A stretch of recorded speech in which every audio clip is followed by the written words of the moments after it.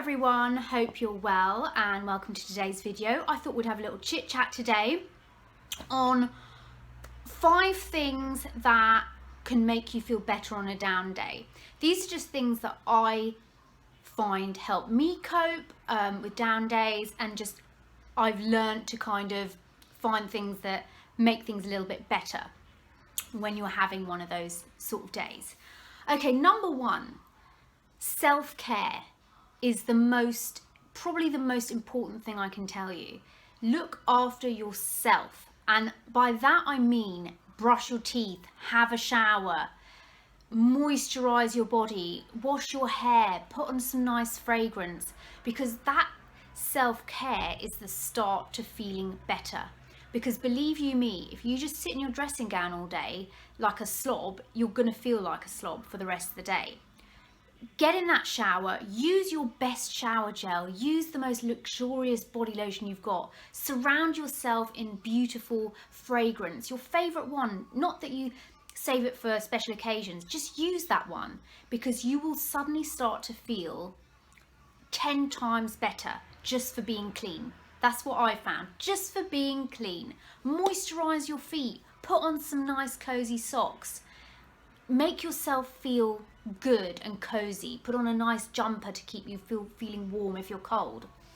That's number 1, and believe me, your day will start to feel and look a bit better and a bit brighter. Okay, number 2, make yourself a favorite drink. So once you've had that shower, think to yourself, right, I'm now going to get my cup of coffee ready. You've done your self-care, time to have a cup of coffee. Something that makes you feel good. It might be a hot chocolate with marshmallows. It might be a protein shake, a cup of tea, anything. For me, in the morning, it's a cup of coffee. Just the process of getting that cup of coffee ready is so therapeutic. It is unreal. Putting on the coffee maker, selecting what mug you're going to have. Like, I'm very particular. I have mugs that I have for different drinks, and I know what my coffee mugs are, and I see that mug and I think, oh, and just the aroma and the smell of the coffee going just kind of starts to, you know, bring your mood up a little bit. So I get my coffee ready, I put in my vital proteins in, mix it up, and think, oh, right, coffee. Third thing, so once you've got your coffee ready, you may want to start work. So if you work from home like me and you're doing blog or YouTube, or you need to answer emails, and you think, and you find it overwhelming, just the thought can be very overwhelming. Just start. That's all you need to do. If you write 1 sentence, fine, but start. Put the computer on, get your pen and paper, sit down at a desk, not on the sofa. Sit at your desk with your cup of coffee, preferably in front of a window so you can look outside, and just begin. Just start.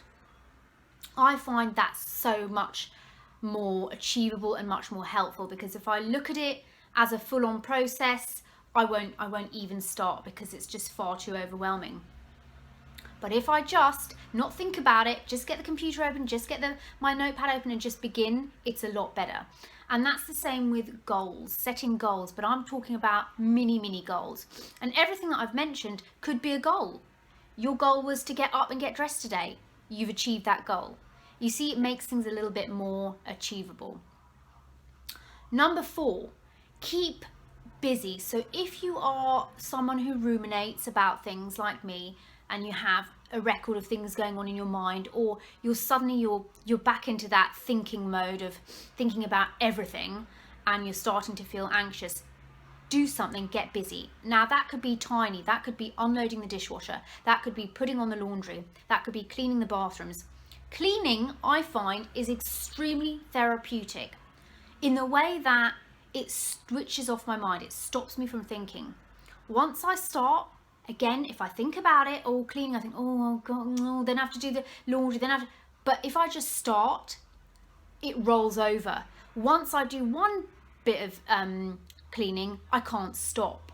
I just can't. Once, you know, you sort of get on a roll. And I'll find, if I'm cleaning for at least 2 hours, so the house top to bottom, I start off with hoovering, for example, I will literally start turning my mind off. And for those 2 hours, I'm not even thinking just got a call from my dad there. Where was I? Cleaning. Yeah, it's very therapeutic. It stops you from thinking and you sort of carry on to the next thing. And you know, your house will be sparkling after that. So massive goal there. Number 5 is exercise. Okay, now by exercise I don't mean you have to go to the gym. You don't have to go to the gym. If you go to the gym, great. I personally love to go to the gym, but I do classes. I don't do weights and stuff and all of that on my own. I specifically go to classes because I enjoy the group energy and I feel I get more out of it, and I feel like I'm not alone. So it's really, really nice to do something in a group. So whatever's on at your gym, if you do go to a gym, just go to a class. Don't even worry about it. If you've never done that class before, majority of people haven't, who cares? Just know you're going to get those endorphins, because exercise, high intensity, is going to get the endorphins going and you will feel so much better. And to the point where I will now do exercise every single day, even if it's just 30 minutes, 45 minutes, even if it's just a walk up the road to your coffee shop.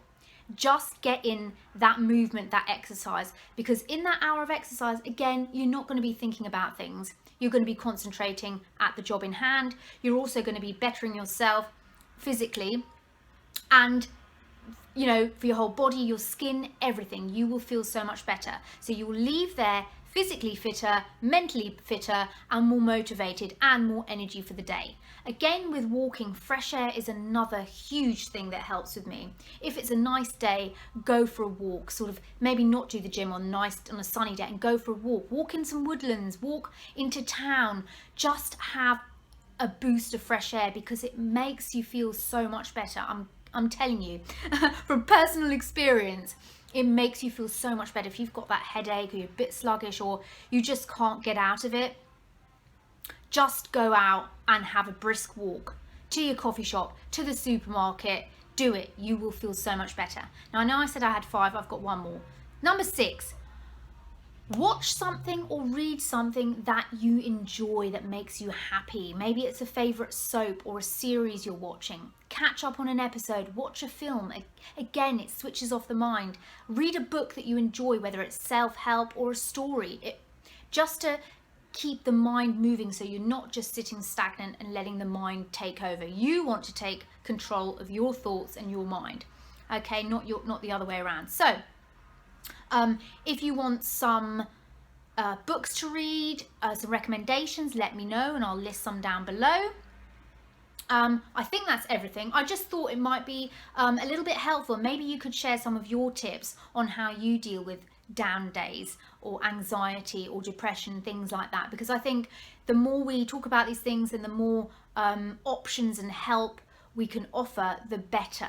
It's not something that you can just switch off, but you can cope with it. There are little things that personally have worked for me that really, really help. So I hope you enjoyed this. I hope this was helpful. I hope this sparks communication and conversation, and maybe share your remedies or ideas or little things that make you happy.